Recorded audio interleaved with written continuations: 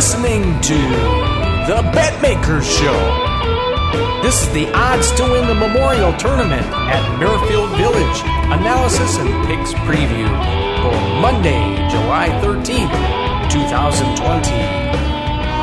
And now, live from Las Vegas, the host of the Betmaker Show, Brian Blessing.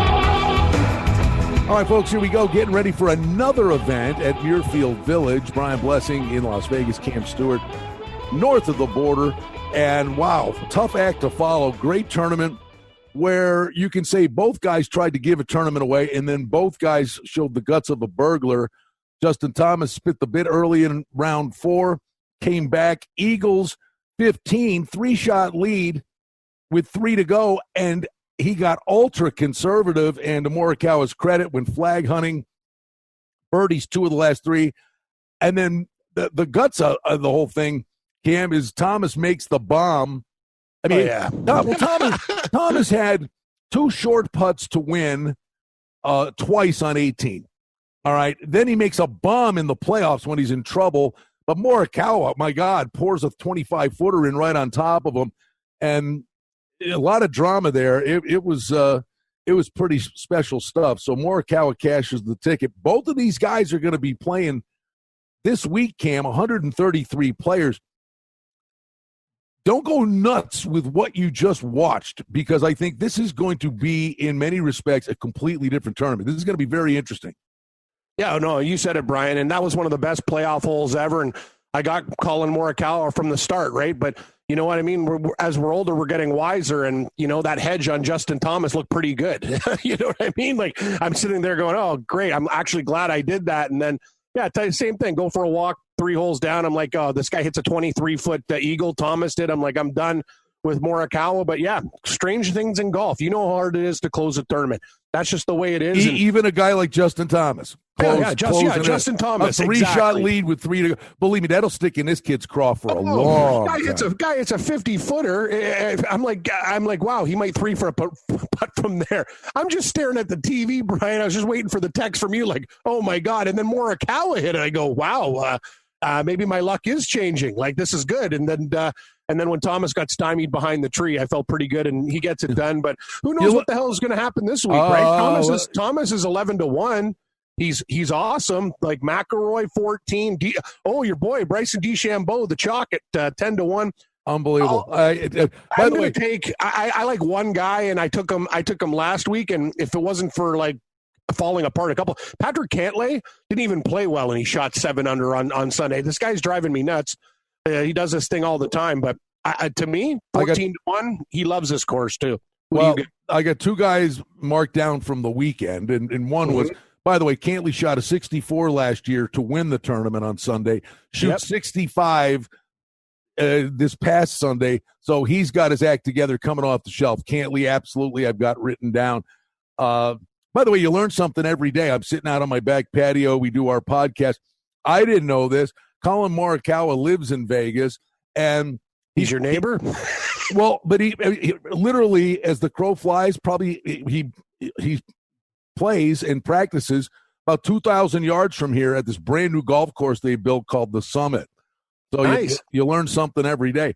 But you know, good on him, and he closed. And you think about it, he could have won the Colonial. So you know, full marks to the kid. But I got to tell you though, I laugh at this stuff to a degree, and just because I'm going to say this, it's hard to win a golf tournament. Any one of these guys can win the damn thing, but there is a horrible number, Cam. There's an absolutely god-awful number that is up there. Daniel Berger is at 40-1. What? Ricky Fowler? I know. Matsuyama. John Rahm's not playing great. Daniel Berger, the streak, I think, if we heard this right, it was 28 going into the tournament in Texas. So I think you add 8 more to that, right? I mean, I'm assuming the number's right. 36 consecutive rounds under par. And all Berger has done in his last 4 tournaments, 5th at Pebble Beach, 4th at the Honda Classic, wins the Charles Schwab, and contended again and was 3rd at the RBC Heritage. and you're telling me he's 40-1? No, I love that price on Daniel Berger. He's probably going to make it, and I can read your mind, Brian. We've known each other and done betting shows for a long time. I know exactly who you're looking at a mid-grade price, Jason Day. He actually showed up in this tournament. We talked about him. He is 60-1, and if he can improve that form, he could be in the winner's circle. That is a crazy price. And Tiger Woods, we'll get to this one right now, 28-1. I'm actually shocked. I thought they would post Tiger at about 20. Wait for all the people to bet him because people who are casual golf fans. Oh, I gotta have a piece of Tiger. I gotta have a piece of Tiger. At that price, 28-1 is actually. I'm looking at it going, how's his form? I don't think he'll do very. I'm going to predict this, though, Brian. I don't think he falls inside the top 20. Like if somebody gave me plus money, I would take that bet. But they'd have to offer me something. Oh, I don't know, but competition. I don't know what he's done. He hasn't. So when was the last tournament he played? The last time he played, a full field event? What was it, 68th at the Genesis in February? Like, what's this guy doing? You think he's out working every day? I don't know.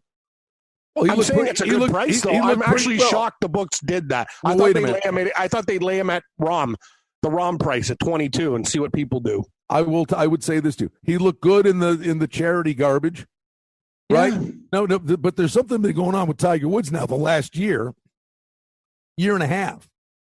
The guy hammers the driver down the middle. Yeah. He was always in trouble. Well, Cam, if the driver's good, he has won this tournament 5 times. Oh, I know. I know he has. So you like him at 28. Or this is the thing, and this is where your gambling strategy comes into play. Do you wait till the weekend, maybe 6 or 7 back, and go, he's going to go to Tootsie Roll on Sunday and come from behind? That's the question that you have to have. Do you take 28 is a good enough number to take? You're right, off the bat. Because if he's within 2 shots of the lead, he's going to be 10-1, 8-1. I know that. I'm just saying I said 7 or 8 shots, and I'm not 2 shots, but... the crapshoot is that, what does he do coming out of the gate? If he shoots a 65, 6, 7 out of the gate, anyway, it's a good price. I think Tiger, you can absolutely consider. I had Day at 70-1 last week. At one point, he got at the Thursday Warriors, Cam. I had JB Holmes, 5 under par. He goes 6 over on the last 6 holes. I know. I got Jason Day tied for the lead, and he bogeys a par 5 from 11 yards away. Anyway, but Day has a big Sunday. Mm-hmm. Finishes T7. So it's the best experience he's had at Memorial. It's his home course. Now, at 60-1, Day is absolutely on the list. But the thing I'm going to tell you, bud, and you can sit there and say, Justin Thomas, why wouldn't he come right back? Yeah, why wouldn't Morikawa come right back? You expend a lot of energy, but form-wise, they're right there. But, Cam, there's going to be a lot of similarities, but there was carnage out there. There was. The par 3s on this course are brutal. Now, what they're going to change, what I would absolutely do, if they put the winning score up, the winning score was 19 under par. This winning score will be 14. I was going to say 12 or 13, so we're reading each other's mail. They are going to change. Listen, the tee boxes are going to be different. Rough. The rough it was already grizzly, is going to be worse. And I'm telling you, the pin placements are going to be sick. Yeah, no, I'm with you, Brian. Like, I like Cantlay's game at 14. People will go that's a short price, but he didn't play very well and then ended up in the top 10. He's the type of guy that'll win the tougher the course. Where does he do well? He plays Augusta well, right? Like, he's still a young guy. This is more important. And this is the thing. You have to look at the difference between the tournament last week and the Memorial Jacks tournament. That's the thing. A lot of the big guys, they're really, there's going to be an extra bounce in their step. I got 2 guys for chalk, and I'm with you with Jason Day. My other guy, who I think is a great price, exactly the same number as Tiger, Xander Schauffele.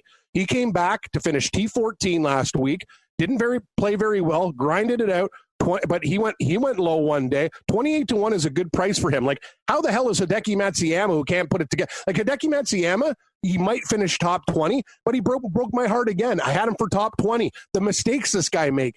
He makes so many stupid mistakes. He could go so low, Brian. It's just something in his head, and that's dangerous when you're playing this stuff. I can't take him to win the tournament, even though he's won before. Xander Schauffele is at 28-1 is a great price. You know we love the ponies, right? And the way you make yes, and the way you win, good call. Art collector. Art collector. Wish he finished 5-1. That's what one thing I hate about. No, here's the thing, Brian. And you've heard this story probably every time, and tell people this stupid redheaded prick. All he does is eat my wings. He never shuts up. I'll tell you something. It drives me nuts. Like some books, if you could have future, imagine you could lock it in. Like for big races like the Kentucky Derby, I have a few that you could lock in. But man, he went down to 2-1. He was a co-favorite there, and man, he ran a nice race. Great call by you. Because of the morning. I mean, they shot holes by the way, at Brian Blessing on Twitter, we do a weekly horse racing podcast. Yeah, tune in. Cam did it last week. But and this is why, and I'm going to turn this back into golf. This is what we talked about last week, that he was 5-1 morning line, and I went and watched the replays of the races, and it was so simple. It was right. There are only 2 3-year-olds this year that have run 100 Bayer. One is Tiz the Law, who everybody's drooling over. The other was this horse. And this horse ran such a big race that we did the podcast and said, yeah, you're not going to get rich on this horse today, but the way you make money on this horse, we did the podcast Friday. He's 34-1 to win the Kentucky Derby. If he wins this race, he's going to be 6-1 to win the Kentucky Derby. So I bet Art Collector to win the Kentucky Derby. So now on that same premise, and the only reason I brought horse racing up, if you're going to make money, you got to be willing to draw a line through a bad race. And I'm telling you, they're giving you a price that's a gift from the gods. Brooks Koepka is 25-1. And you sit there, he missed the cut. What are you talking about? The first day, he was all over the place. His driver, something was wrong. He couldn't hit a fairway to save his life. All right. He scrambled back. In round 1, he shot 38 on the front 9. Or excuse me. He started okay in round 1. He imploded on the back 9. He shot a 41 on the back 9, put himself in peril. And then he comes out in round 2 and goes 3 over again on the front 9, birdies number 9. But if you draw a line through it, he birdies 9 and then had 5 birdies on the back 9, shot a 31. So Koepka birdied 6 of his last 10 holes on Friday last week. Whatever was amiss, and he was coming off a layoff, and he's staying around and working on it. I'm 25-1. Cam, this guy was 12-1 last week. Oh, he missed the cut. He's in bad. He had a bad 25 holes, and the light bulb went off. He was the hottest player. 25-1's nuts to me on Koepka. I agree, but I will use the point that sometimes you have to look at bad performances and look at a guy, and a guy I'll be fading is Justin Rose. There's something wrong with Justin Rose right now. He's 50-1 in this tournament. I think people can jump right on him. I think the problem runs deep. He's spraying his driver. His putting's not the same. His complete game's not there. I'll be looking to fade him in matchup bets, and I know that number will be very attractive. To your point about Brooks Koepka, I couldn't agree more. Horses, it's like Morikawa. Look what happened to him. He didn't make a cut. He took time off. He won a tournament. That's the way you got to attack it. It's like when people get off the horse, you get on the horse, right, Brian? That's the thing. Like public perception, a lot of the time, it's just one of those things that you have to fade it. You got your own ideas, and you're right. These guys are human beings. They're not going to have perfect weeks, or something could have happened. There was something wrong with Brooks Koepka, but at 25-1, here's another thing. John Rahm. Hey, John Rahm, what are you doing? Nothing. That's what you had a kind of a decent Sunday, like 22-1. He could win, but no, I don't want him. Victor Hovland's a wicked golfer, but he seems like the type of guy. You know what he's going to be? He's going to be a top 10 machine. That's how you bet Victor Hovland. Yeah, so, but I'll tell you, I agree with you with Brooks Koepka. But here's the premise. It's the exact same thing.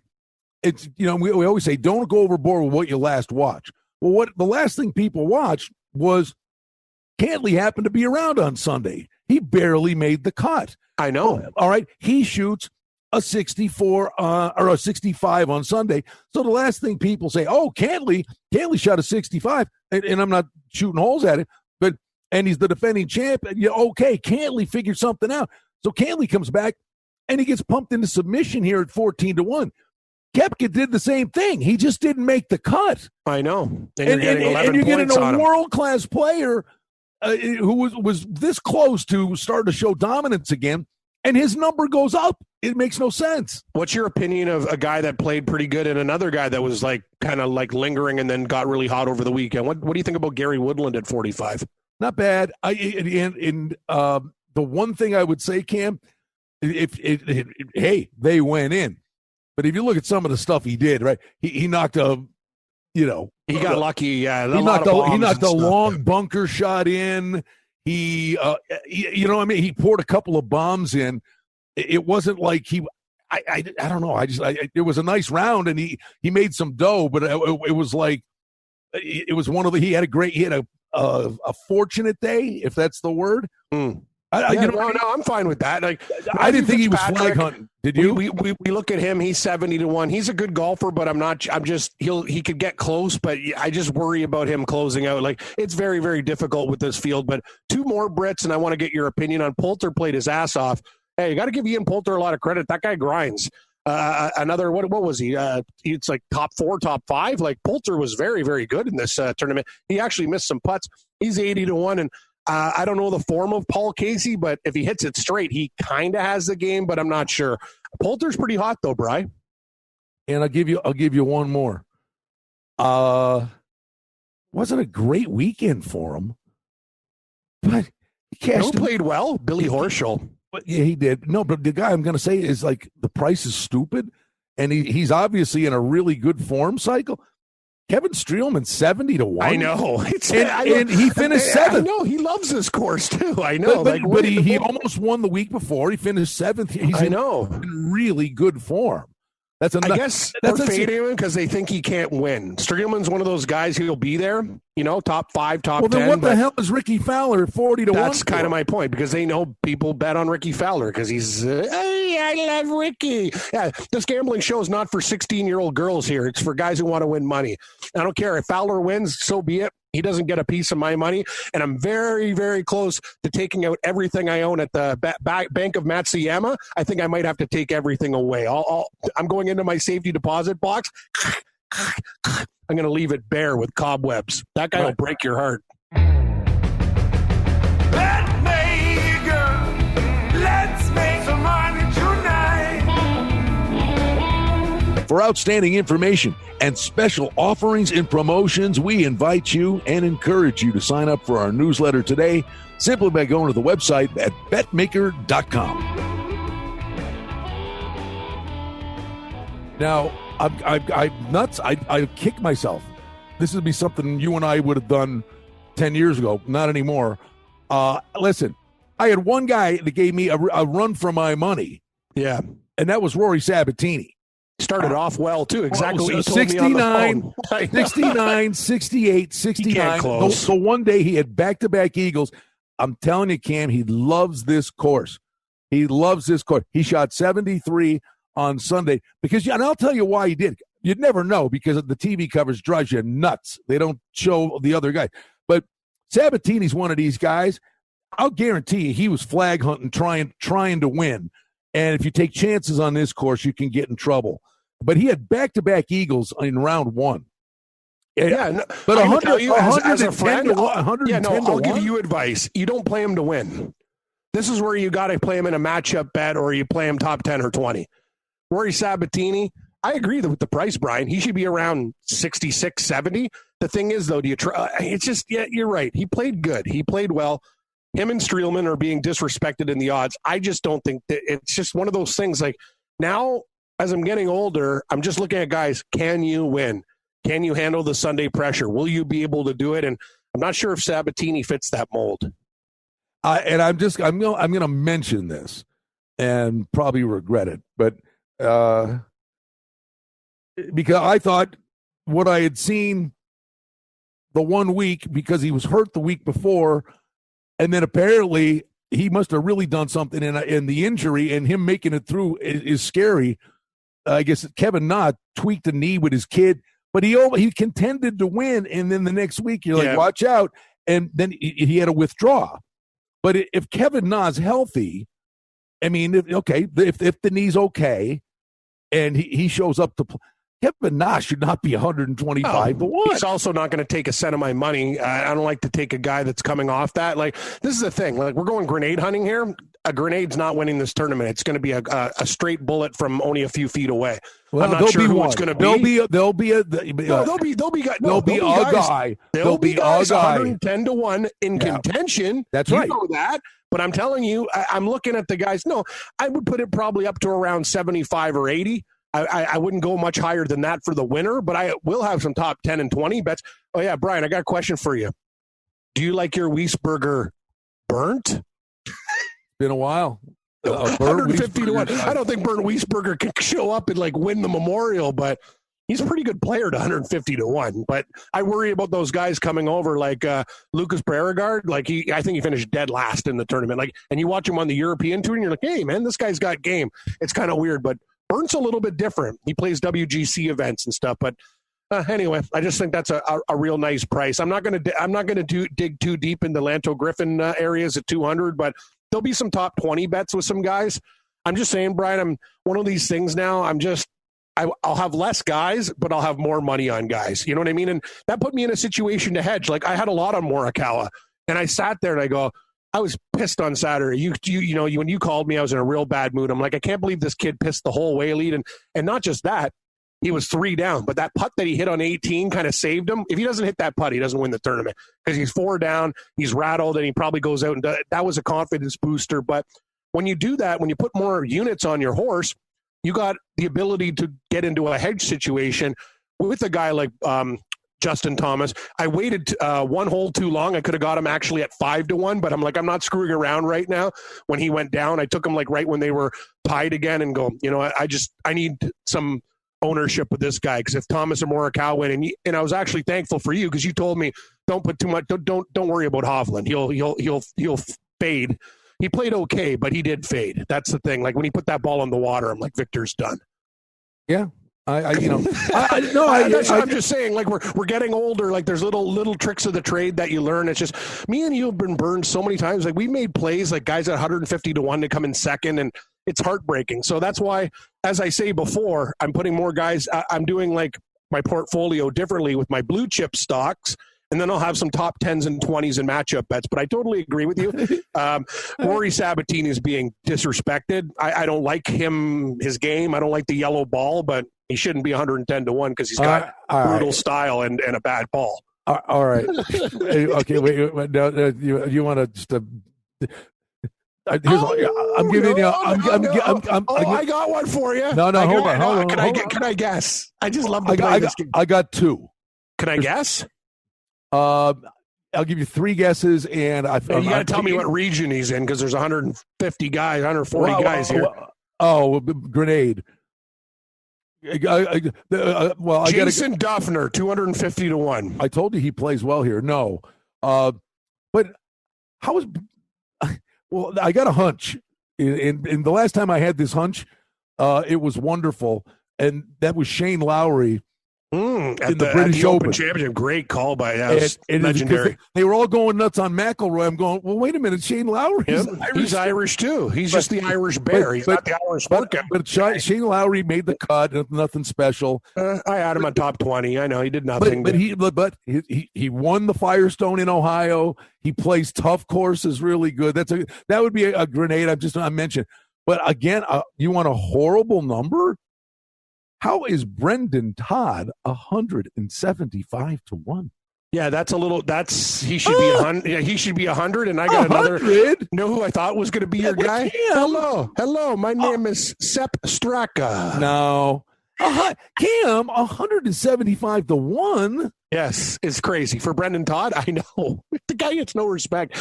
Know why he gets no respect? He's just a guy with a gap in his teeth. He's tall and skinny. He doesn't scare. It's just golf is also a popularity contest, and we can go do a whole other show on this. Why do you think Ricky Fowler's 40 to 1 when he should be about 80 to 1 with Ian Poulter?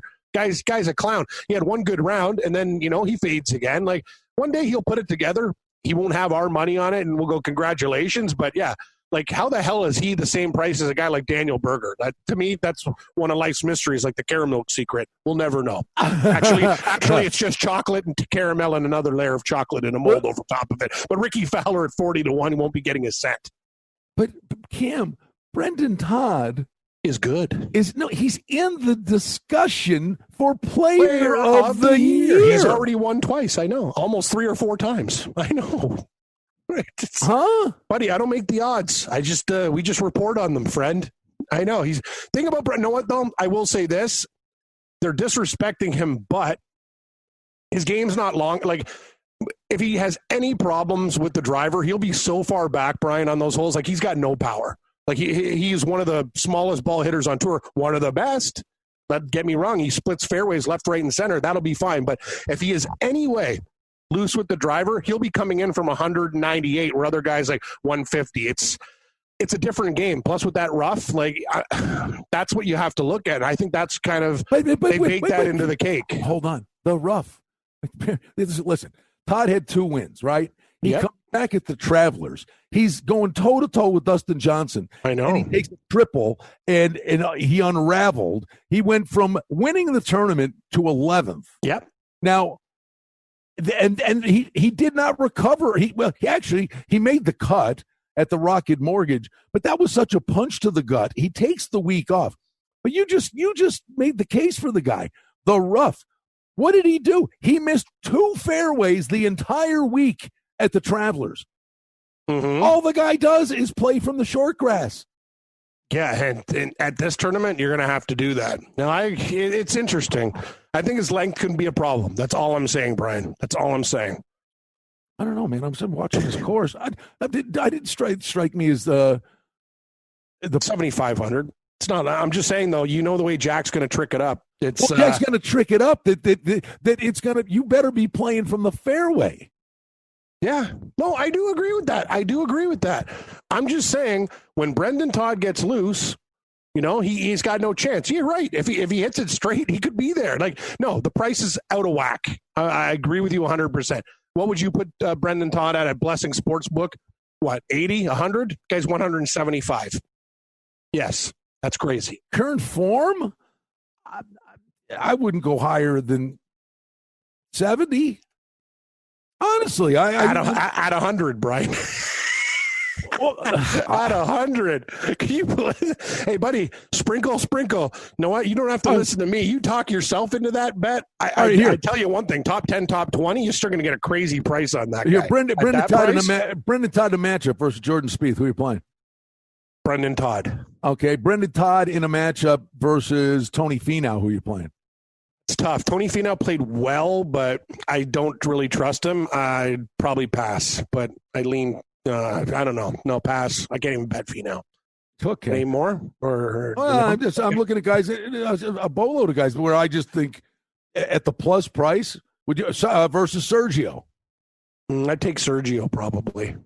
All right. Well, all I know is this guy's won 2 tournaments, and they were lower tier tournaments. He's disrespected just because the look, the game, it's boring, doesn't do anything like murder the ball. He just keeps it in play and goes about his business, and it works for him.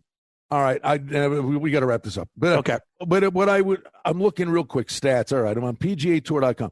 I'm guessing, wouldn't you envision that Brendan Todd would be top 10 in driving accuracy? Yes. Driving distance, driving accuracy. Oh, no, he's not top 10. He's second. Yeah, I was going to say fourth. I thought I saw it for fourth. So second. That's amazing. Who's number 1? You're right. Yeah. Same type of game, actually. Yeah, he's gonna be hitting irons. He's not gonna be in thick rough. I know. I'm playing him. Okay. I wish you the best. So who do you like? Guys that I'm playing Cantlay. It's not a good price at 14. Shoffley's going to make my card at 28. Jason Day, he's sniffing around at 60. And those are my 3 guys that I could probably lock in right about now. What are you thinking about? Kepka, absolutely. Oh, yeah, and Kepka. Thank you. That argument you had me like, that is stupid. The fact that he's 25-1 with one one brutal day and almost came back and made the cut, excellent point. I would trust Kepka way more than like Jason Day is heading the right way and knows the course, and it's a kind of it's a neat little niche kind of thing. But I would trust Kepka that he's pissed and found something, figured whatever the problem was out. I think Kepka shows up with a sense of purpose. I think Tiger at 28-1. We're going to see every shot he hits. Yeah. I wouldn't discount Tiger. And then I had a bunch of guys that we yapped about, but I'm not going to get off Sabatini. And honestly, I've talked myself into Brendan Todd. Good luck to you, Brian. Well, what's the? I'm just joking. No, Brendan Todd. Yes, it's a good pick. I don't know, man. I'm having less grenades in my arsenal this week.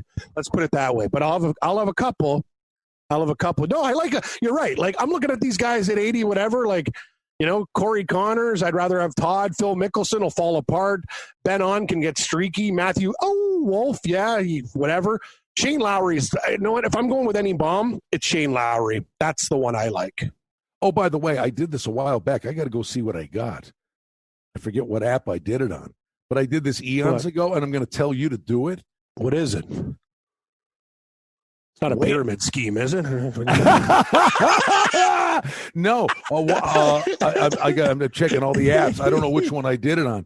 Is it like a golf pool? Here it is. I got him. Okay. Oh, my God. Really? Did I really get you're kidding. I'm so proud of myself. Why? Did you win money on like DK or something like that? No. Hold on. You mentioned him. You said, who's not playing bad? Who? You said Billy Horschel? Yeah, Billy Horschel's my yes. Okay. Yeah, well, you know what's right around the corner? The FedEx Cup. Oh, yeah. He loves that. And Billy. And the courses he likes. Right? Yes. Okay. I got $5 on. I don't know when was the date I did this. He's the only guy I got going. Is there a date on what? On July 16th? No, that's when it starts. I'm looking for the date when I did it. Oh, the hell with it! I can't find it.